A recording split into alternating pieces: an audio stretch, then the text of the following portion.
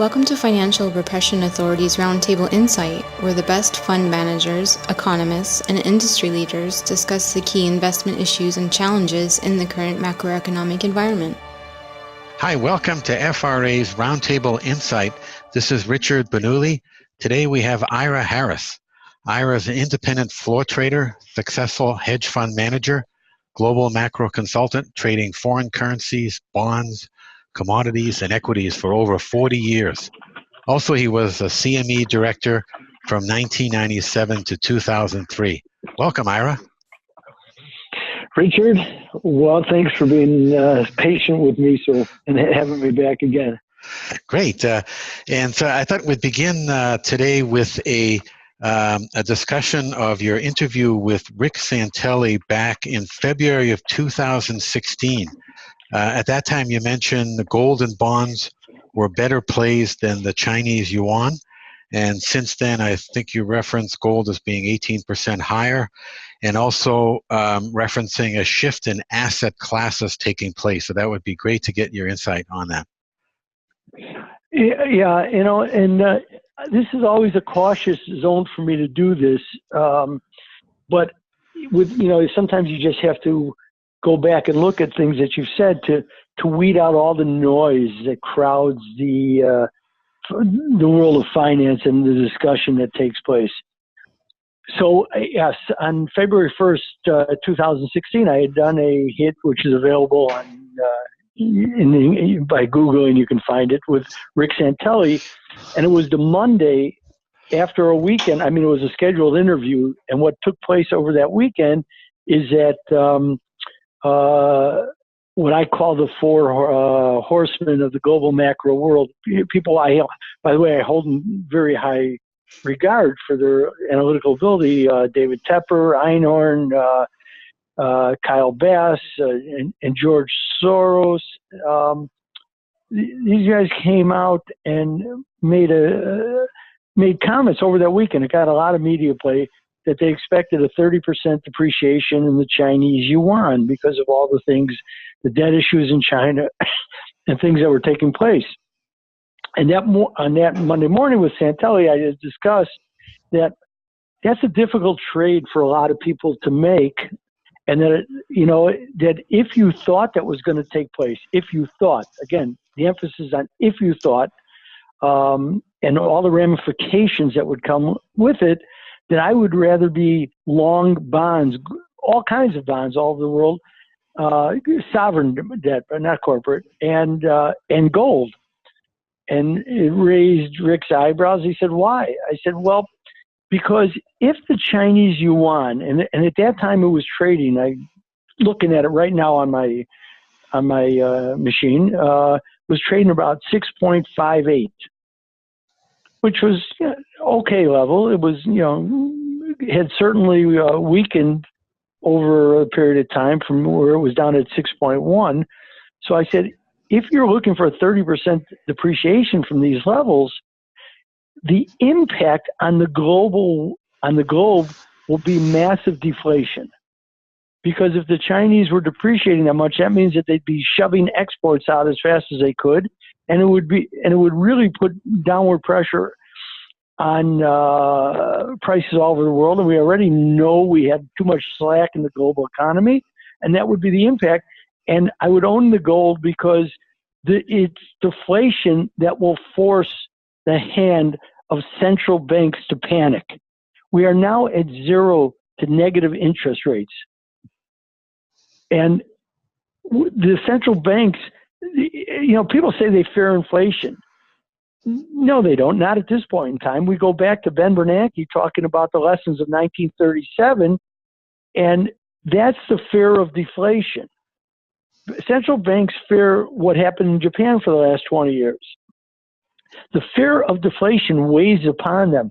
So then, from a hard money perspective, it's more the issue of what you do in response to that deflation. And that's why I said gold would be a better play and a safer play and an easier play for most investors and traders to make. And so I went back the other day because we had to review it, and because the yuan had actually dropped right now it is through the level of where it was that weekend. As it's right now, it's just trading as we're speaking at 6.48. So that's moved where the yuan is actually higher from that date, but gold is up now 18 or 19% from them, and the bonds are basically steady. They had maybe they're now 10 basis points higher than they were. But that was just the purpose of that trade, because it's to put the light on that central banks fear deflation far more than they fear inflation at this point in time. Now, will that change? Well, the Fed hope it changed, but it's not.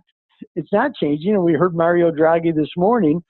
He's much more worried about hitting his inflation targets on the upside than anything else. So that was my point of that. So I just wanted to go and revisit that for people who follow my blog, and, you know, just to put perspective to things. Great. And what about your current thoughts on the 2-10 yield curve? Like maybe we look at the U.S. first. Where is it at now? I think you had some concerns that it might be breaching the 73 basis points level. Yeah, we're down here again, and I know that when things keep pushing at a certain level, this 73 basis point level has been an important level for me. I've written about it for 4 years, and we've bounced out of this area several times, but here we are back visiting it, so we're getting some flattening in the curve. Now, you know, as I warned last night in my blog, this is a critical level for me, and it sends a very important message to the banks, because this curve ought not to be flattening, especially if the Fed embarks upon, as our beloved Peter Bookvar calls, quantitative tightening, which is a wonderful phrase. But if they, you know, which is intends shrinking their balance sheet, that should unleash more supply on the long end upon the market, and the curve ought to steepen. But if the curve chooses not to, I think the Fed will have received a message that all their talk of tightening, we saw the Bank of Canada, of course, tighten yesterday, and we saw the response to the currency, which rallied quite a bit because it caught the market off guard because they weren't expecting a tight consensus, wasn't expecting a tightening. Yeah. So we saw that action, and this will back the Fed off, and this plays right into Lael Brainerd's speech back in June, and what Lael Brainerd said again recently, that she doesn't want the Fed funds rate to go up, that the Fed funds rate now is high enough to embark upon quantitative tightening. And if more supply, I know it's going to be a trickle effect to begin with, as Janet Yellen, you know, has famously said that the quantitative tightening will be like watching paint dry. You know, Peter's not sure that. Peter Bookvar doesn't believe that, nor do I once it starts going. But this curve is very interesting. Now, as I warn, and I'm not being a two-fisted economist here, on the other hand, but with the impact from the Bank of Japan and from the ECB still actively involved in quantitative easing programs, and because we believe that in the global macro world that money is fungible, it may just keep pushing the impact on lower. It might push the long of the U.S. curve lower and lower, and this is really going to cause a problem for the Fed. They're going to have to sit up here and take note of it, because they cannot afford, in all their designs for whatever they want to do, for this curve to start flattening more dramatically here. And that's what you think would likely happen, right? If the 210 breaches 73 basis points, then yes, especially if it closes on a weekly basis, because, you know, yes, in today's algo-driven world, we can get all kinds of erratic movements. So, but if it closed on a more long-term technical level, like a weekly close, that would be that would give me a flashing sign. Now, let me tell you what, my history of studying this has been that when you get flattening curves, especially in the United States dollar, which is, of course, the most significant part because they're the world's reserve currency, that your currency ought, and I emphasize ought, first of all, to rally. Now, that may seem counterintuitive, but that's what does happen. I don't know what the time lag is, but the currency does rally. And it's not good for metals, because what does it reflect? It reflects a coming slowdown in the global economies. That's what flattening yield curves project. That's historically right. And that's why they are such, or have been, historically such great predictors of economic and financial outcomes. But in this world of massive QE, we don't know that. Again, as we've stressed, and I've been on with you now, I think for 3 years on and off, the signaling mechanism has been so badly broken. And this may be one of those times, but it certainly sends a warning sign.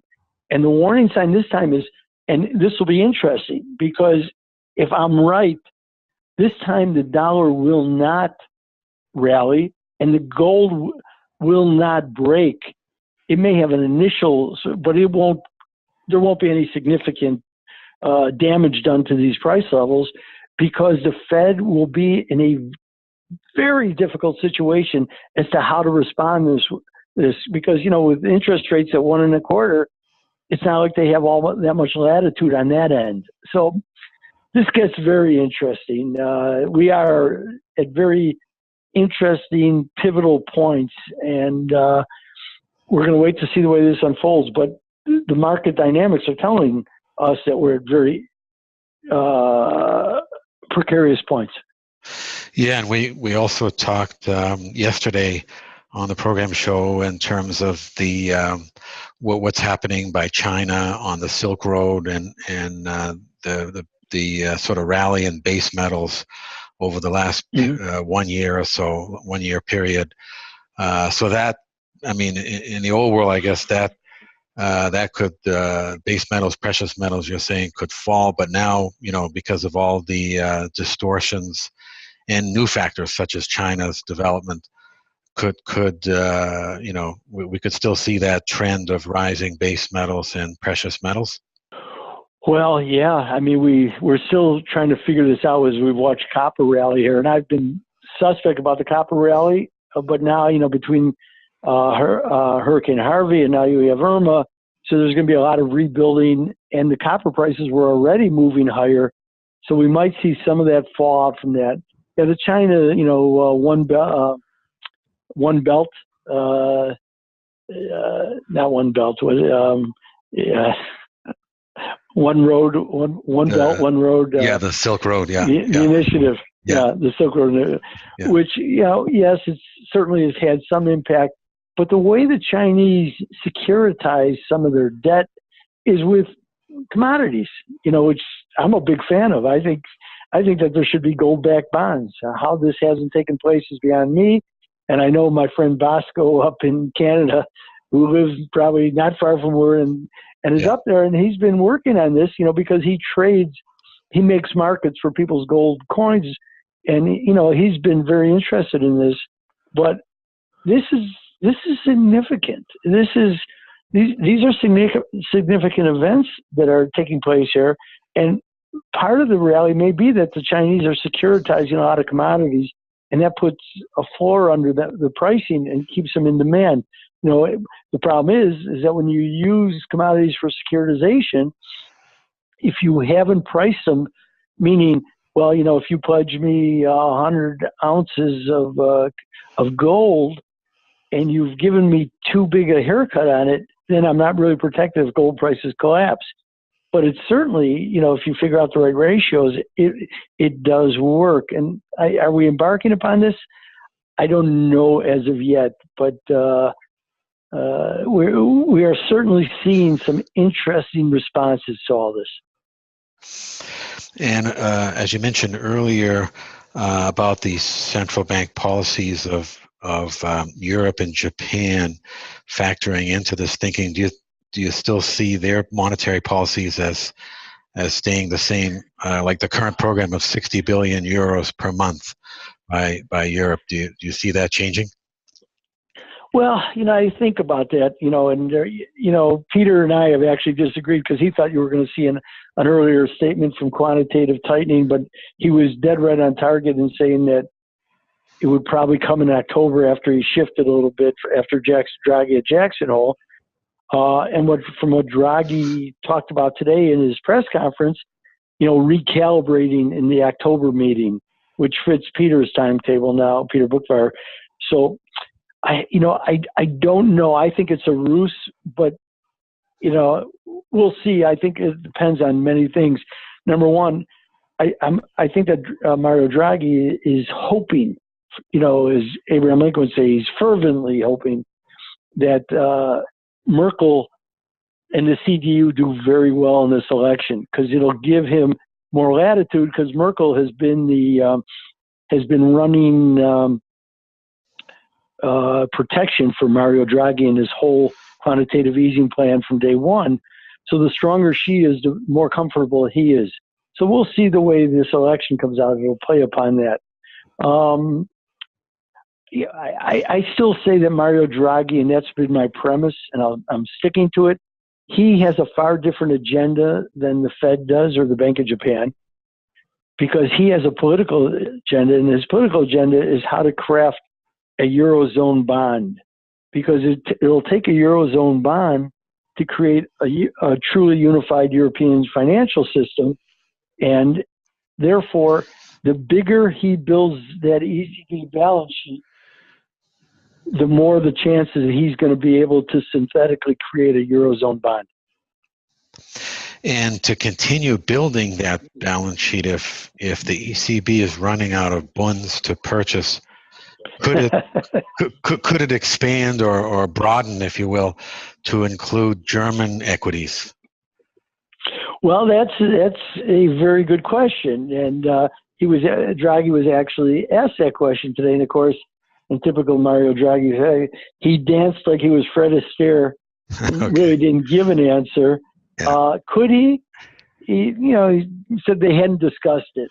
Baloney, they haven't discussed it. They're very aware of it because this is going to become a legal issue, regardless. And if the AfD, the Alternative for Deutschland Party, actually does better in the election than some people think, it'll for certain become a major legal contention because they're already violating the whole basis of the Maastricht deal to begin with.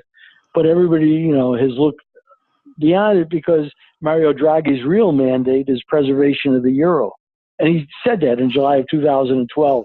He keeps talking about inflation, but he has taken upon himself to be the preserver of the entire EU project, regardless of cost. So we can't answer that question. We really can't until we see certain things start to play out. So you're going to have to. Everybody's going to develop their own hypothesis, and some hypotheses are going to prove right, and some are going to prove they belong on the trash heap of ideas, or as Max Planck would say, science advances one funeral at a time. So same with trading. Yeah, I think, yeah. And I guess the last question could be on the euro. Where do you see that going? We've seen a lot of volatility today, for example, after Mario Draghi's speech, and also the ECB releasing forecasts, right, on foreign exchange. Yes, lovely. In fact, Rick Santelli had Jean-Claude Trichet on, and Santelli asked him a great question at the end. It's on a delay, so it's really hard to get the full sense of it. But, Rick asked him about the euro, and then he said, would he be buying euros? So Jean-Claude Trichet, of course, dodged the question. As Mario Draghi dodged the question, he danced this one with great ability and great panache. He said, it's interesting that he cited the 118 euro level as the number that they use in their projections. So he was kind of being nailed down to that, but he didn't give it that much credibility. My view on this is that he views he likes the euro here because it helps Merkel, because it quiets the Germans. Because, you know, he wouldn't come out and say this, but if I was there, I would have certainly asked that question.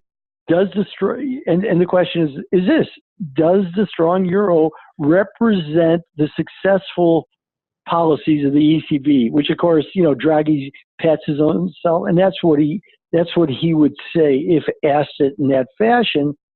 I'm not sure where it goes here, but I will tell you this, and I'm going to blog about it tonight. So you ask a very good question. So far today, in the cash euro market, the high has been 120.59. This is a real critical area, because if you go back to July 2012, and especially July 23rd, when Draghi delivered his famous comments of whatever it takes, meaning to preserve the euro, the low that week when he made that comment was 120.42 in the euro. That was the low. Yeah. Then over the next year and a half, the euro proceeds to rally all the way back to 140. Wow. Yeah. Now, okay. Now, during that time, though, that was when the United States was in full quantitative easing mode. And then 2014, when the United States begins tapering, the dollar, of course, starts to rally, and the euro drops over the next 2 years from 140 down to 105. So these areas that we're in are very important, and we'll see what happens here. Wow, great insight. Lots of volatility and moving parts today. How can our listeners learn more about your work, Ira? You can follow me on my blog at Notes from Underground, and if you go to iraharris.com, click on your Notes from Underground will come up. You click on, you can register for it. It's free, and you'll get a real time into what I'm thinking about. Great, excellent. Thank you very much, Ira. Thanks, Richard. Appreciate it. The FRA Roundtable Insight Show is for informational and educational purposes only, and should not be considered as a solicitation or offer to purchase or sell any securities. The investments, investment strategies, and investment philosophies discussed or presented on the show each involve their own unique risk factors which are not discussed on the show. Any discussions among the panel participants or responses to listener inquiries are based on the personal opinions of the panel participants and do not take into consideration the listener's suitability, objectives, or risk tolerance. Please be advised that you invest or speculate at your own risk.